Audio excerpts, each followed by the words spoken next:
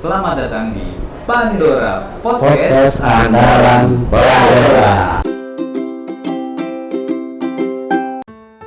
Bersama dengan saya, Sanis Raharjo Gusti, kali ini sebagai moderator. Dan saya ditemani oleh narasumber handal yang sudah hadir pada kesempatan kali ini.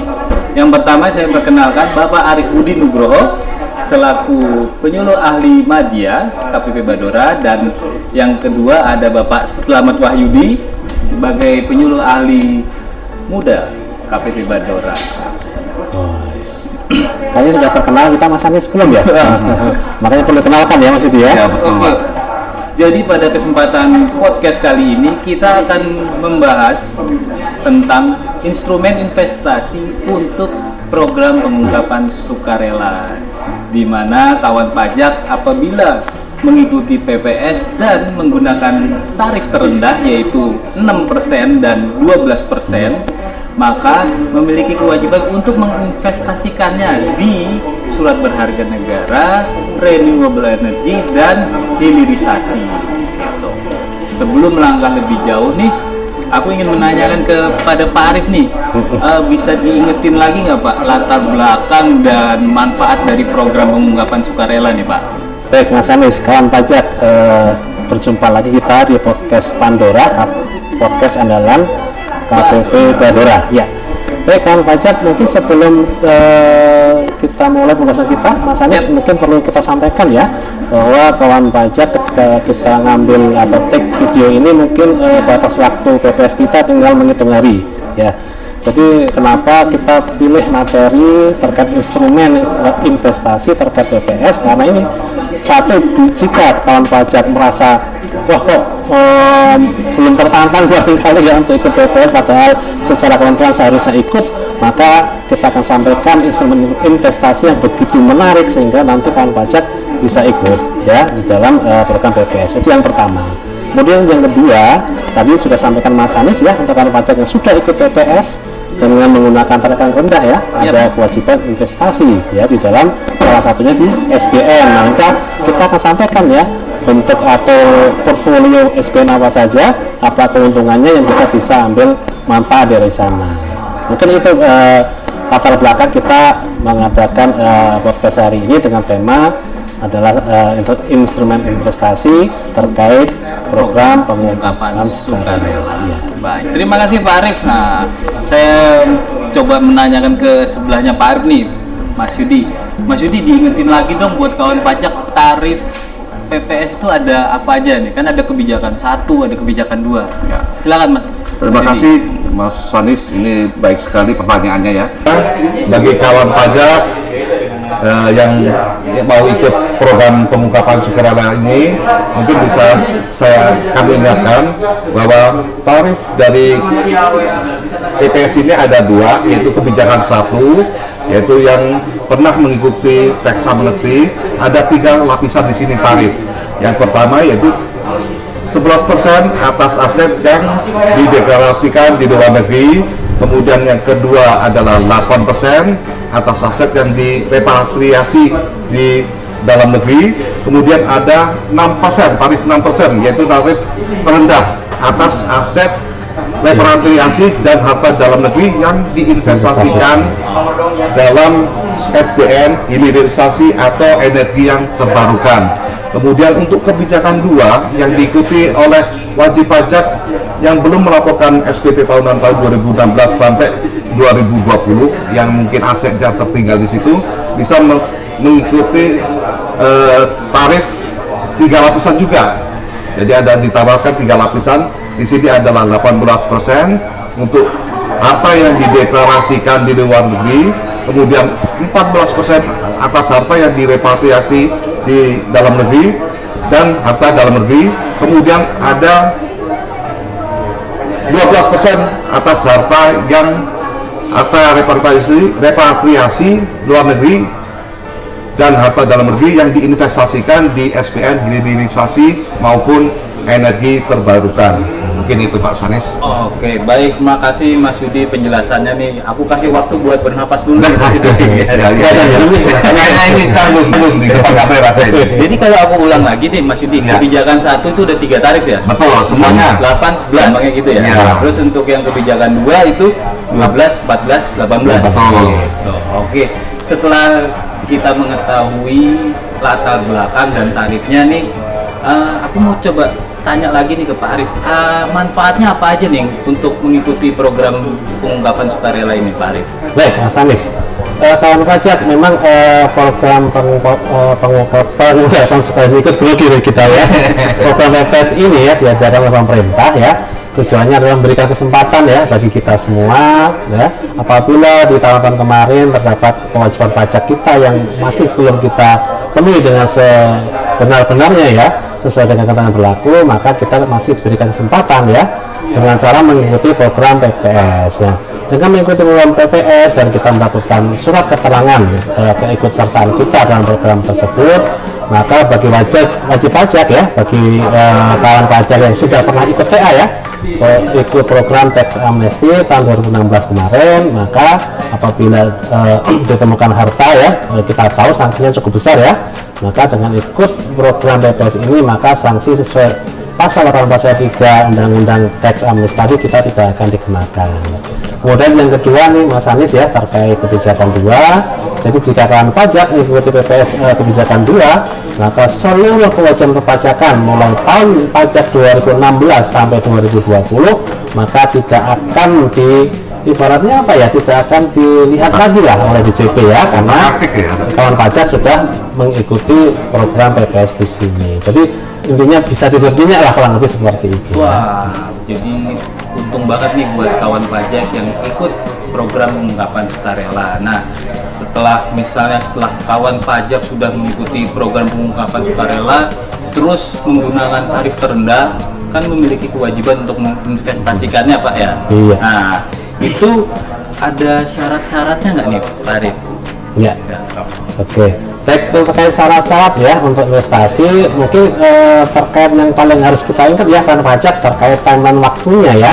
Jadi ketika kita memilih menggunakan tarif yang terendah, maka ada beberapa syarat di sana. Jadi jika kawan pajak selama ini punya harta di luar negeri dan kita akan ikut PPS dengan tarif rendah, maka ya diberikan kesempatan sampai 30 September tahun ini kawan pajak, 30 September 2022 untuk membawa pulang, untuk merepatriasi aset kita yang ada di luar negeri. Nah, kemudian setelah kita bawa kembali ke Indonesia, kita lakukan repatriasi, maka masih ditunggu kesempatan paling lambat yaitu tanggal 30 September tahun depan ya, 30 September tahun 2023 ya, untuk memberikan kesempatan bagi wajib pajak ya untuk memikirkan kita akan invest di mana nih. Kita nanti akan bahas ya jenis-jenis SBN yang sangat beragam ya, sehingga masih diberikan kesempatan paling lambat 30 September 2003 batas maksimal untuk diinvestasikan. Mungkin itu secara sepintas. Oke, terima kasih Pak Arif. Jadi buat kawan pajak itu kan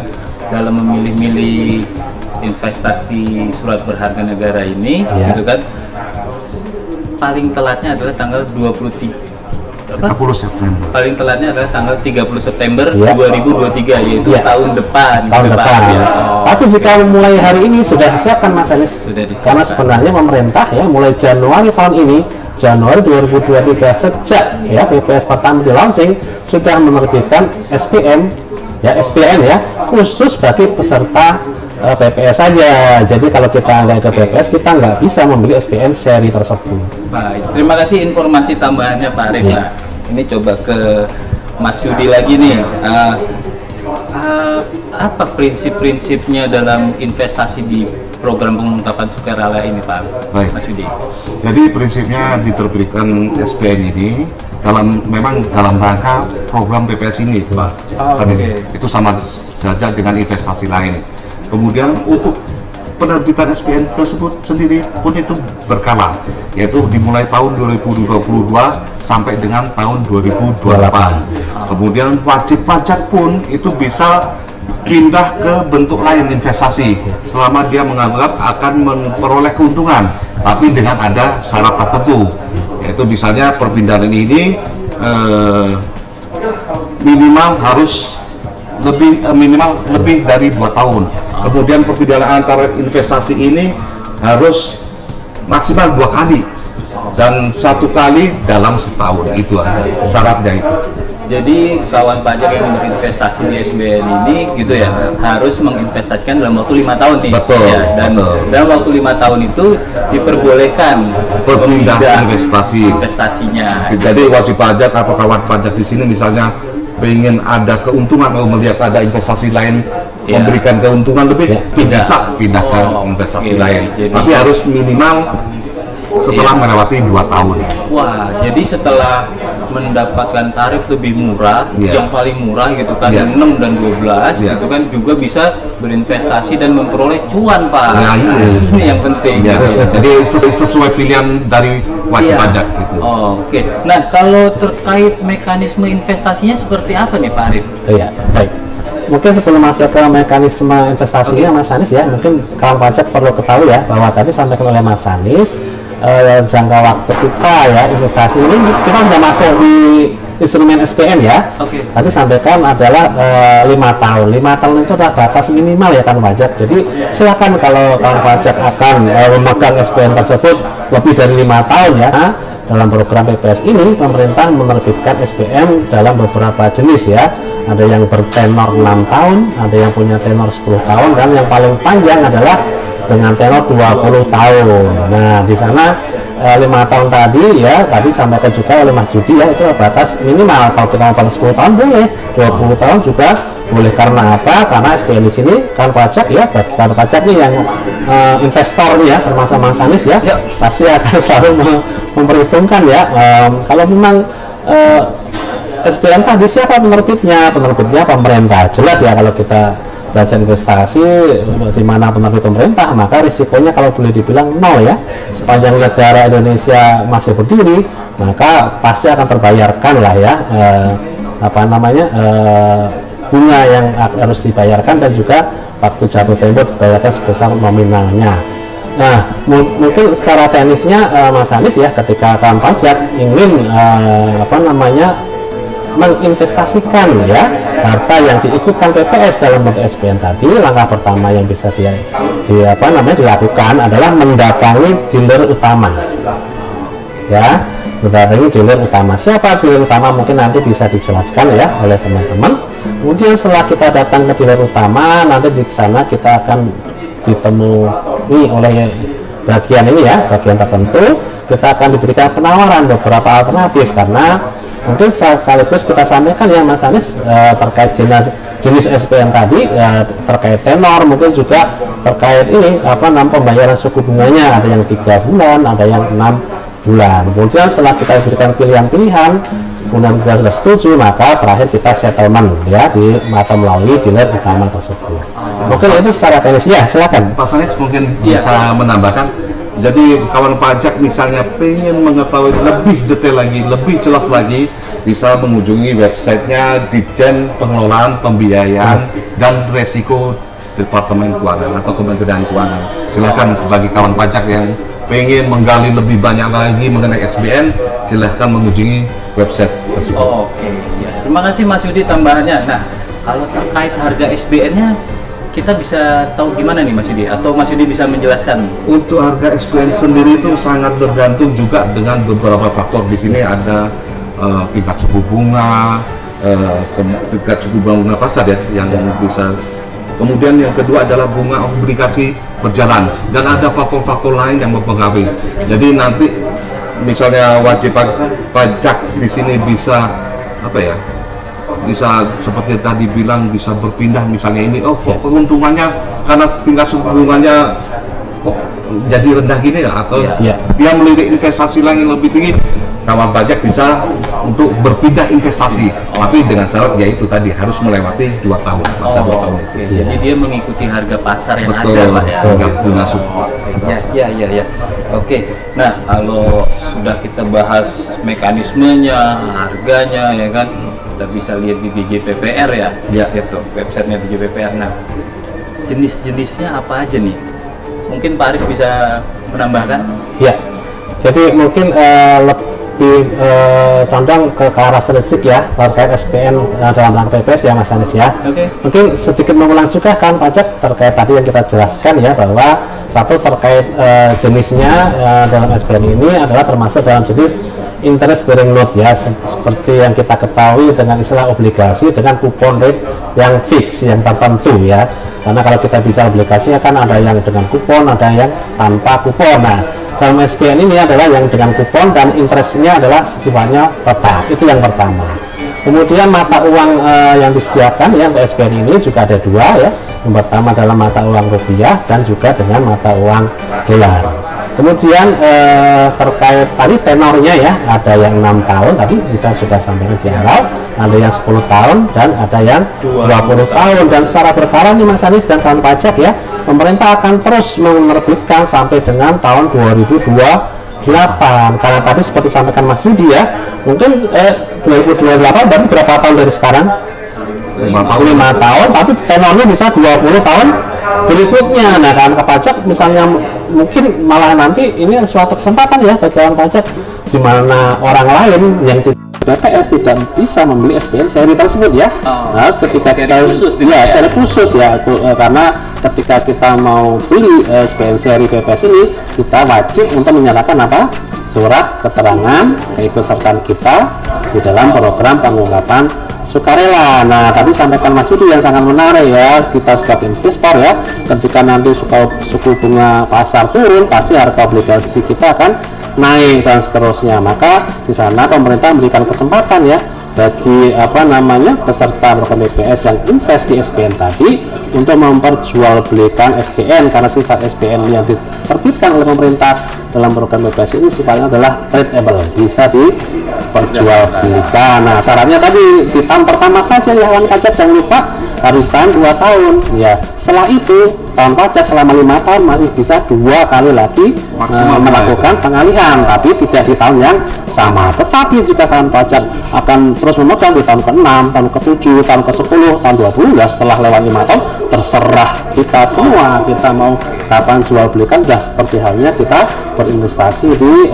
sekuritis lainnya. Mungkin itu secara penjelasan. Dalam banget nih kawan pajak dijelasin sama Pak Arif nih gitu kan.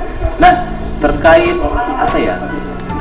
terkait timeline investasinya nih Mas Yudi, bisa jelasin nggak? Oke, timeline investasi di sini kayak untuk PPS sendiri ini akan berakhir tanggal 30 Juni 2022. Kemudian untuk repatriasi aset luar negeri yang harus dipindahkan ke dalam negeri itu paling lambat tanggal 30 September 2022. Dan atas aset yang direpatriasi itu harus diinvestasikan itu paling lambat tanggal 30 September 2023. Wow, oke, berarti PPS ini akan berakhir di tanggal 30 Juni 2022. Terus untuk batas akhir repatriasinya 30 September 2022. Terus batas akhir investasinya di 30 September 2023. Oke, makasih banget nih Mas Yudi penjelasannya. Nah, terkait apa lagi ya? Ini kan berarti tadi kan Pak Arif menjelaskan ini adalah SPN seri khusus gitu Pak ya. Berarti ini kan ada private placement gitu Pak. Bisa dijelasin nggak private placement di sini tuh apa gitu loh Pak? Iya. Jadi yang dimaksud dengan private placement tadi Mas Anies ya, bahwa calon investor ya yang ingin menginvestasikan dana yang diikut sertakan dalam PPS tadi, ini tadi hanya bisa dilakukan pembelian atau melakukan pembelian secara private placement, langsung mendatangi dealer utama. Jadi tidak bisa kita membelinya di bursa ya. Ini kita langsung datang, kemudian kita akan ditawarkan tadi, mungkin saya ulang sedikit ya, beberapa alternatif SPN. Nah, kita cocok yang mana, tenor mana yang kita ambil ya, mata uang rupiah yang mana yang kita mau tetapkan, baru nanti kita setelah cocok akan dilakukan persetujuan dan settlement terkait SPN mana yang kita akan ambil.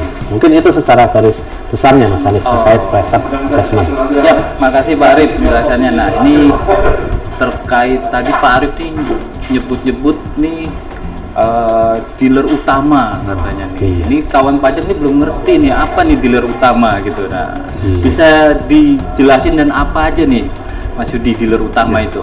Oh, kalau harus bawa contoh kan kayaknya Mas Yudi nih. Kalau banyak ya. Sangat banyak sekali, Pak. Iya. Tapi bisa kita kelompokkan di sini, ada 2 di sini. Iya. Dealer utama itu bisa berupa perbankan, misalnya Mandiri, Bank Mandiri, BRI, iya. Kemudian BCA, iya. kemudian masih banyak lagi. Kemudian yang kedua adalah perusahaan sekuritas di sini. Maaf Mas Budi, kalau di perbankan berarti kita kalau menanya kalau nggak salah di divisi telusuri di masing-masing bank kalau nggak salah. Iya, silakan lanjutkan Mas Budi. Sedangkan untuk perusahaan sekuritas sendiri ada 3 di sini, yaitu misalnya yaitu Mandiri Sekuritas, kemudian BRI Dana Reksa Sekuritas, dan satu lagi ada. Nanti kalau misalnya kawan pajak masih membutuhkan beberapa mana aja sih dealer utama ini, bisa dilihat seperti saya bilang tadi, bisa dibuka di website Ditjen Pembiayaan Pengelolaan dan Resiko Kementerian Keuangan. Tapi itu lebih jelas lagi. Daftar dealer utamanya itu Pak. Pokoknya banyak lah. Banyak ya untuk mempermudah ya. Jadi ada 16 bank di situ, kemudian ada 3 perusahaan sekuritas. Ya. Terima kasih banget nih Mas Yudi infonya. Nah, setelah kami tadi berbincang terkait instrumen investasi program pengungkapan sukarela, diharapkan nih kawan pajak jadi lebih mengerti dan lebih paham. Diharapkan juga kawan pajak dapat lebih jelas dalam memilih investasi di program pengungkapan sukarela.